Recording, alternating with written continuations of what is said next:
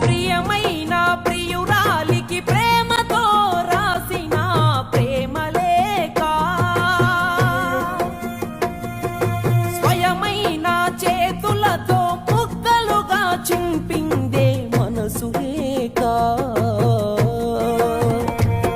నువ్వు ఊర్వశివని కాదే, నిన్ను